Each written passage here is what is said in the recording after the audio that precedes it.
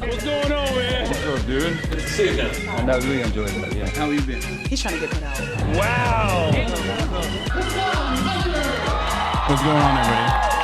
I hope everyone's having a fantastic evening, afternoon, pre-noon, no matter where you are in the world. I'm Hassan Piker, and this thoughts on our broadcast coming to you live from sunny California, Los Angeles, folks. We're live and alive, and I hope all the boys, girls, and MPs are having a fantastic one because today's a beautiful day. Today's a wonderful day. Today is Sunday. CNN attacked you here. Yeah, I saw this fucking insane panel.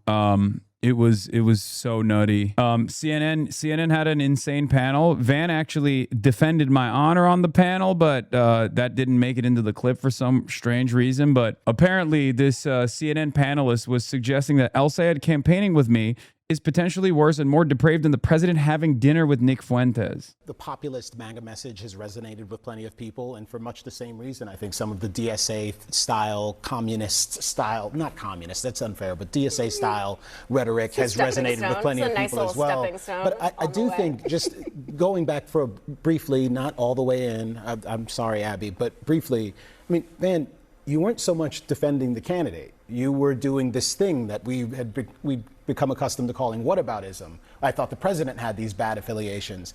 It does seem totally appropriate to address El Sayed's politics and proposals, but also to address his affiliations. And the affiliation with Hassan Piker is one that strikes me as particularly odd. Nick Fuentes is someone who is a vile, awful character in our politics, but he's also not someone who I've seen any prominent Republican aspirant or elected official like palling around with regularly. There was that conversation about Donald Trump having lunch with him. Yeah, that was Kanye brought him to the dinner. I'll be with Van on that. And for the most part, but honestly, for the most part, you've only heard prominent Republicans repudiating him.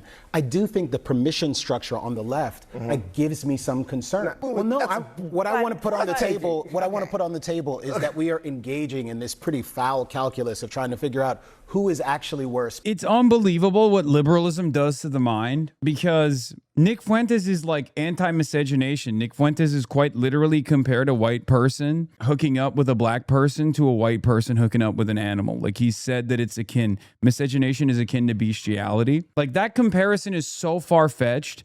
And I don't know why people try to make that comparison. I mean, I guess I understand it because, like, it's literally probably shit that they've seen, like clips that they've seen. And if that's like their first interaction with my commentary, maybe they think I'm like incendiary in a similar manner. But it is such an unbelievably bad faith statement to make. Delighted. Camilla Foster was a former Fox News. Oh, they're a former Fox News business commentator. Okay, that makes a little bit more sense. But yeah, it's just like totally unfair. It's totally inaccurate. And it's not even like Nick Fuentes. I think the more apt comparison would probably be myself and Charlie Kirk, which is one that, like, at least this industry had presented us as opposing figures and peers. And even then, I think Charlie Kirk's view is far more odious than anything they could present, unless they're like Republican, unless someone is a reactionary Republican, a fascist.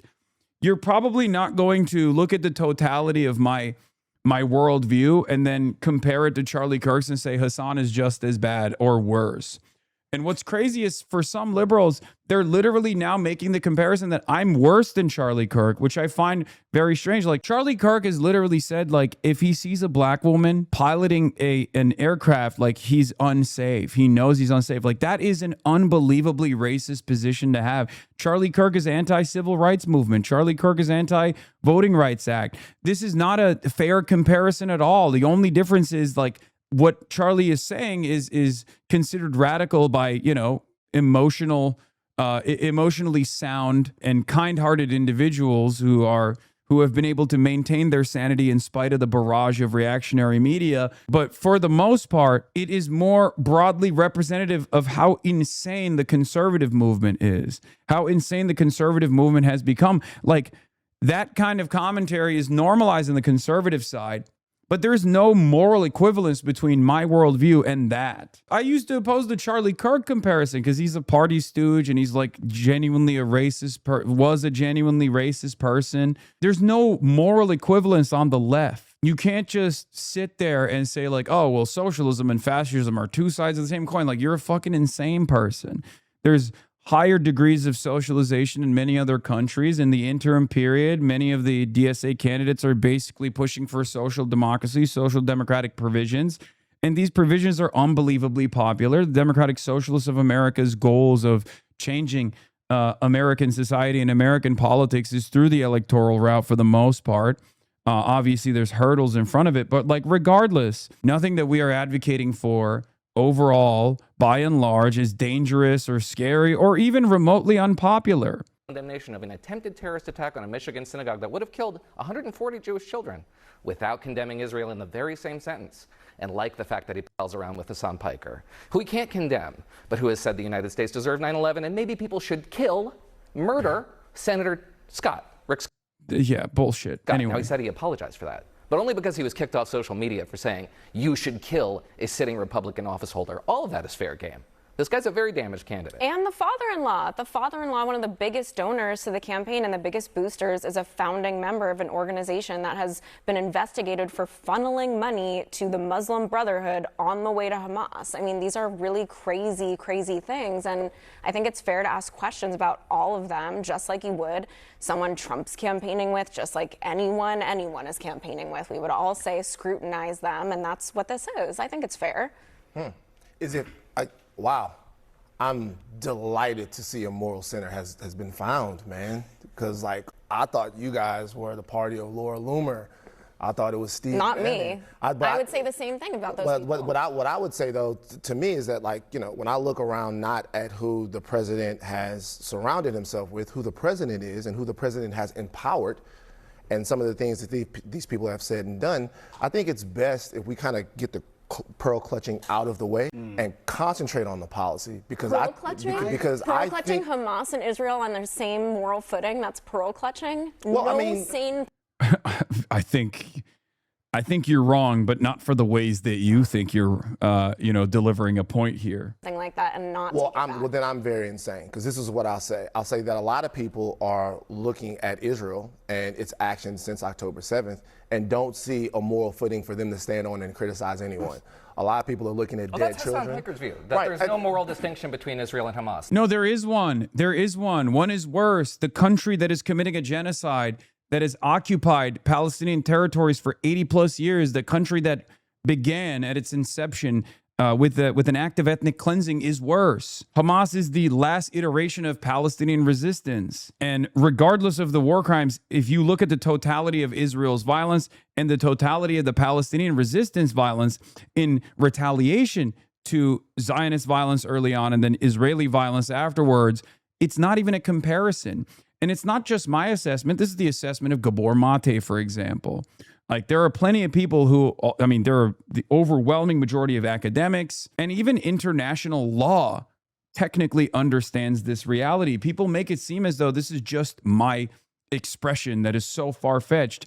It is you that is far-fetched in this circumstance. It is you that is out of touch. You're out of touch with the reality. You're out of touch with an understanding of the humanity of the Palestinians, with the expectation that Palestinians are always going to sit there and eat it. You know, it's just totally ridiculous. But Republicans are thrilled to litigate that issue. That's fine. I'm glad. Are they? I don't think they are. Because if they were thrilled to litigate that issue, that would be the issue that they're putting up at the forefront of their conversation. And that conversation would not go well for them at all. I wish they would have me on to talk about my takes rather than have people try to defend them. And Van does a pretty decent job here. All I'm saying is, like, I am capable of communicating my worldview fairly well, and I could do it in this setting. I don't know why they're so worried about it. Like, do they think that I'm just going to start, like, slurring or whatever? I don't know. Right now, that over the last couple of years have looked at pictures of emaciated children. They know that children have been dismembered, incinerated, bombed, journalists being killed, and they're not just, they don't agree with you.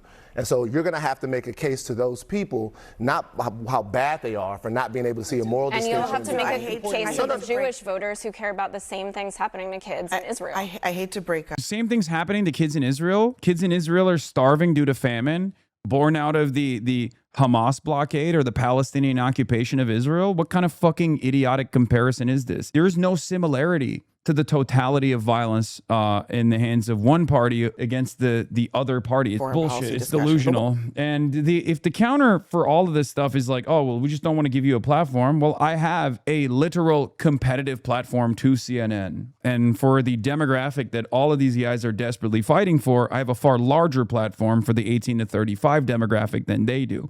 So that platforming argument is actually super silly. It's silly when people yell at me over it as well, when they're like, oh, you're platforming this person, that person. It's like, I don't traffic in those kinds of narratives, with some exceptions. They have to be an unbelievably exceptionally bad person for me to think about like that. What about the economy? Because I'm not saying that flippantly. I'm just saying, you know, there is a hierarchy of needs here for the American people.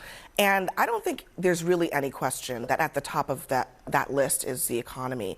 And there are all these things that you could say about El Sayed and a lot of these other candidates. But one of the big reasons that these messages, whether you call them socialist or not, are working is because people feel like the system is broken. It ain't working for them. Yeah. They are not bringing home enough money. I'd say then this guy starts chirping about me. That the populist MAGA message has resonated with plenty of people, and for much the same reason, I think some of the DSA style, communist style, not communist, that's unfair, but DSA style rhetoric has resonated with plenty of people as well. But I do think, just going back for briefly, not all the way in, I'm sorry, Abby, but briefly, I mean, Van, you weren't so much defending the candidate. You were doing this thing that we'd become accustomed to calling whataboutism. I thought the president had these bad affiliations. It does seem totally appropriate to address El Sayed's politics and proposals, but also to address his affiliations. And the affiliation with Hasan Piker is one that strikes me as particularly odd. Nick Fuentes is someone who is a vile, awful character in our politics, but he's also not someone who I've seen any prominent Republican aspirant or elected official like palling around with regularly. Yes, because Nick Fuentes is an open neo-Nazi. I feel like there are a lot of people in mainstream media, people who self-identify as liberals, or people who are conservative, or people who just like are terrified of, you know, socialism, whatever, that try to do this like blanket both sides are bad statement. Nick Fuentes not only had dinner with Donald Trump, but like the other side of the story is this almost makes it seem like Donald Trump is a less repulsive figure in American politics than me. And if you have that take, you're a fucking psychopath. Like, it's not even Nick Fuentes. Nick Fuentes is obviously an edge case, but we're talking about like the broader Republican Party. Like, you really think I'm a worse figure than the Republican Party? You have to get, like, I can't think of anything that they would see to be as odious as like anything that Donald Trump has done beyond like, I guess, Israel related takes. And if that's the case, if that is the case, if like Israel is that powerful of a motivator for you to say, oh, this guy is saying like, you know, Hamas is 1,000 times better than Israel. That I think is like worse than Nick Fuentes even. That's not only not worse than Nick Fuentes, that doesn't even come close to anything that Donald Trump has done or anything that the average Republican has done. You have to literally fucking snap out of it. You have to completely snap out of it, dude. What the fuck? These people are delusional. Charlie Kirk was infinitely more incendiary than anything that I have said or done. It's crazy. I think these guys are all so servile to not only corporate interests, but the interests of Israel, it seems, that they just like say these unbearable things that are totally ridiculous to the average person, right? I tweeted about this as well. I said, I don't believe the average American thinks taxing the rich, Medicare for all, no longer sending money or weapons to Israel, banning corporate PACs, conditional amnesty for migrants, and ICE abolition is worse than a neo-Nazi platform of Holocaust denial, anti-miscegenation, and concentration camps. It makes no sense. Democrats and independents are far more likely to agree with my policy, with my platforms, with our policy and our platforms than anything that Nick Fuentes represents. It's totally ridiculous. And the same even goes for MAGA. It's not even just like the edge cases of Nick Fuentes where you could say that is a fucking neo-Nazi and move on. I'm talking about like MAGA in general. There are so many liberals that are trying to motivate the base, even though they have none, into believing in this false notion that there is any kind of equivocation between socialists, democratic socialists, and neo-Nazis, or even democratic socialists and MAGA. There is none. And some of these quote-unquote liberals actually openly state their purpose is with MAGA. If there was push come to shove, if there was a situation where someone was voting for me, instead of voting for like Marco Rubio, they would vote for Marco Rubio. That means you are not a part of the coalition. You're not. That means that you're only comfortable moving the tent rightward, which is precisely at the heart of the problem with the modern Democratic Party. That establishment Democrats are far too comfortable leaning to the right, but never want to open up the tent to their left. We are the base. We are closer to the broad majority's point of view. Our policies are objectively popular and good. Theirs are odious. Theirs are disgusting. They're repulsive. There's no moral equivalence between democratic socialism or even communism, really, with what fascism represents. And the modern Republican Party is a fascist party. We are Charlie Kirk. We carry the flame. We'll fight for the gospel. We'll honor his name. We are Charlie Kirk. His courage on. Together unbroken. We'll make heaven known.